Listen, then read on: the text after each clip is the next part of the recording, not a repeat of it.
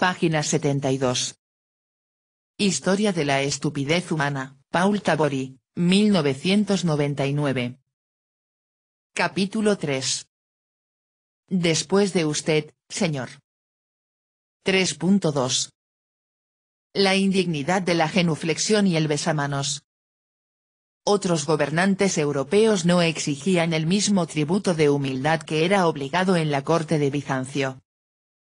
Aunque, como podemos verlo en Ana y el rey de Siam, la postración completa subsistió en Siam y en otros países asiáticos hasta bien entrado el siglo XIX y aún durante el siglo XX. Se contentaban con una reverencia o genuflexión. Parece que esta forma de homenaje, elegante pero incómoda, fue desarrollada por la notoria etiqueta española. La hallamos en Madrid y en Viena. Es probable que en esta última ciudad haya sido adoptado al mismo tiempo que otras tradiciones españolas de los Habsburgo. Tanto les agradaba a los emperadores de Austria, que procuraron aumentar las oportunidades en que el cortesano debía caer de rodillas. Todos los peticionantes debían caer sobre ambas rodillas cuando entregaban sus documentos. En otras ocasiones, bastaba una sola rodilla. Cuando el emperador atravesaba la ciudad, todos debían arrodillarse, bajar la cabeza y no ver hacia el rey. No se exceptuaban de ello ni siquiera los altos dignatarios, si sus carruajes se cruzaban con el del emperador. En ese caso, debían descender del vehículo y arrodillarse en la calle. Bajo el reinado de María Teresa se prestó menos atención a la regla. Cuando Lessing, el gran crítico y dramaturgo, fue recibido en audiencia, este hombre de letras, poco habituado a las costumbres de los cortesanos, tropezó con sus propias piernas, pero la emperatriz lo dispensó graciosamente del ejercicio. José II, un hombre que estaba muy avanzado con respecto a su tiempo, y que además odiaba las ceremonias, abolió completamente la ridícula comedia. El mismo día de su ascenso al trono emitió una proclama en la que prohibía toda clase de hazañas gimnásticas. En eso seguía la pauta fijada por Federico el Grande, que el 30 de agosto de 1783 emitió una proclama, leída en todas las iglesias, en virtud de la cual se prohibía la genuflexión, pues ese homenaje, decía el documento, se debía solo a Dios y no a un ser humano. A pesar de toda la idolatría que caracterizó a la corte de Versalles, en esto no siguió el ejemplo español. Por una u otra razón, se trataba de una práctica reñida con la tradición francesa. En cambio, las piernas de los cortesanos ingleses sufrían duras pruebas, impuestas por las minucias del ceremonial. En 1547, el mariscal Vieilleville fue invitado a almorzar con el rey Eduardo VI. En sus memorias describe la escena con conmovida indignación. Los caballeros de la jarretera servían la mesa. Llevaban los platos, y cuando se acercaban a la alta mesa, se arrodillaban. Recibía los platos el Lord Chambelán, y de rodillas los ofrecía al rey. A los franceses nos parece harto extraño que caballeros de las más famosas familias de Inglaterra, estadistas y generales eminentes debían humillarse, arrodillarse de ese modo cuando entre nosotros aún los pajes solo se arrodillan en la puerta, en el momento de entrar al salón. Durante el reinado de Isabel las rodillas tuvieron que trabajar más aún. Paul Enzner, el viajero alemán, relata en su Itinerarium Germaniae, Galliae, Angliae, etc. Nuremberg, 1612, cómo se tendía la mesa de la reina. Cierto dignatario de la corte, a quien no pudo identificar, entró primero con un bastón, seguido por otro caballero que llevaba un mantel. Ambos hicieron 3 genuflexiones frente a la mesa vacía, sí señor, ante una mesa vacía. Y el segundo caballero tendió el mantel nuevamente 3 genuflexiones, y salieron solemnemente.